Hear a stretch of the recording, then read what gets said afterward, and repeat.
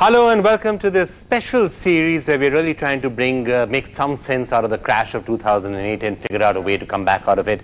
Stock market's been up, but then that doesn't necessarily mean it's going to last. So this could well be a long crisis. Today on the show, we're going to be discussing some of the new innovative solutions that are being spoken about here in India. We know many of the solutions that the rest of the world is already putting into place, whether it is banning short selling, whether it is putting capital directly into banks, whether it is injecting liquidity. Lots and lots of solutions are being used around the world to try and find their way out of the crisis. Is there something special, something different that India could do in addition to all of that? That is part of what we're going to be discussing today, and we have a great panel as always to help us discuss this.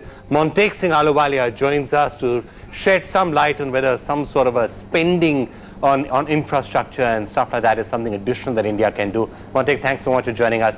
And we're also being joined by Ajit, Gulabchand, Chairman and Managing Director of Hindustan Construction, the Hindustan Construction Company, and right here in the studio, Vinayak Chatterjee is joining us, Chairman of Feedback Ventures. So, Vinayak, thank you. Thanks a lot for being with us as well.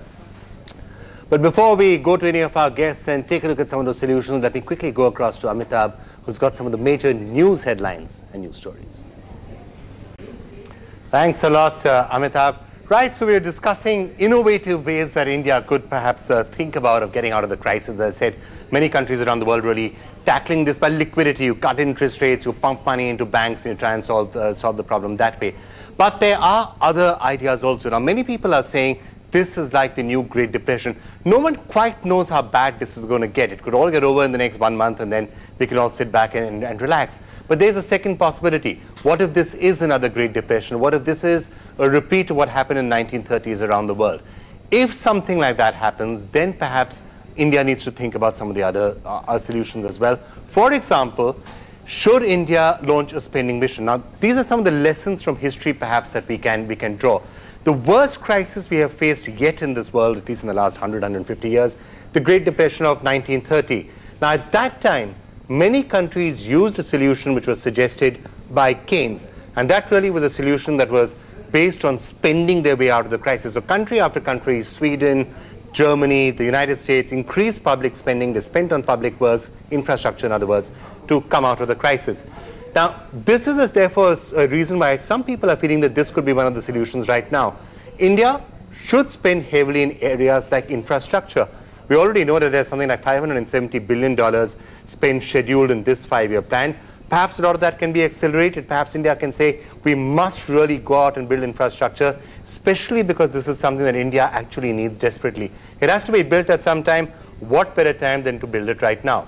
Now, the downside, what the critics of a plan like this would say is, spending on infrastructure will push up the fiscal deficit. Normally, this will lead to inflation. Prices will go up, always something bad to do in an election year. However, these are not normal times. These are abnormal times. And if this is a global recession, and globally prices of commodities, prices of oil, metals, all of that are falling, then the risk of inflation comes down. Prices are not really likely to be rising that much if the rest of the world is actually in a recession. So perhaps this would be the best time to do a lot of spending on infrastructure. India could continue to grow fast through this recession that the world might see.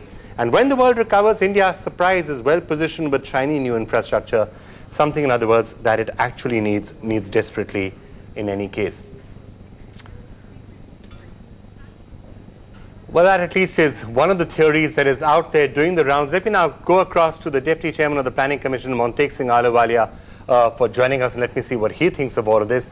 Montek, thank you so much for joining us. If we are to take lessons from the Great Depression, and that's if there is to be a new Great Depression across the world, then you could argue that India should now launch a spending program on things like infrastructure. What would you think of that? Well, it's not just Keynesian type methods. I think we know much more about how to manage short-term crises. And one of the most important things right now, of course, is to make sure that the financial system functions efficiently and doesn't contribute to the downturn. That's what everybody's doing around the world. Now, in addition to that, even if the financial system works well, it is true that if you have a downturn, hopefully not too strong a downturn, in our case it may be just a slowing down of growth, one of the problems is that investment tends to go down. Now, this is understandable in a private investment context. If people see that growth in demand is less than what they projected, they might slow down the implementation of projects. It's a good idea to offset that wherever one can.